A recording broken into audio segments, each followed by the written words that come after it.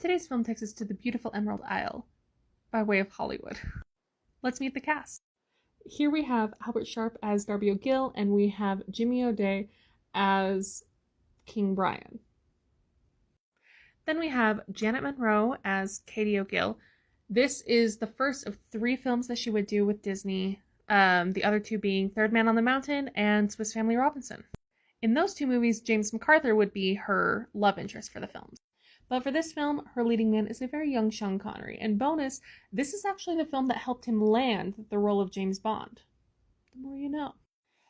Then we have Estelle Winwood as the widow Segru.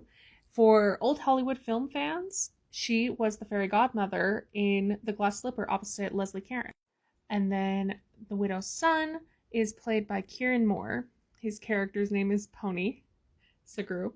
Side note, his personality, like visually and his personality, remind me exact of Trout Walker in Holes.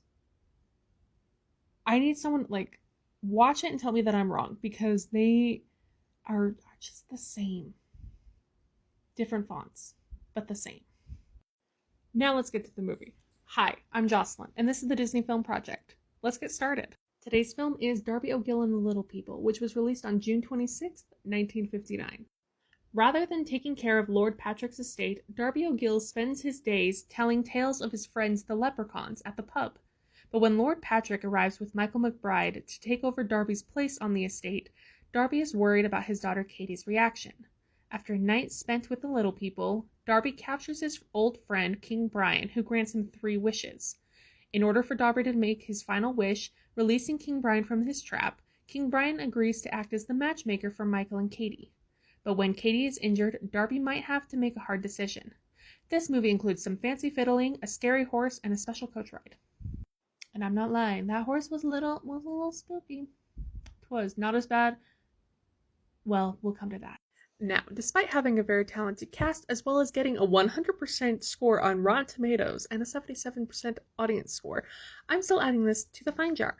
Why? Because the plot was really slow, and it didn't pick up until 20 minutes. 20 minutes, I checked, before the end. Now, the final 20 minutes was really good, and even throughout the movie, everything was moving forward. It was just moving forward at a very slow pace.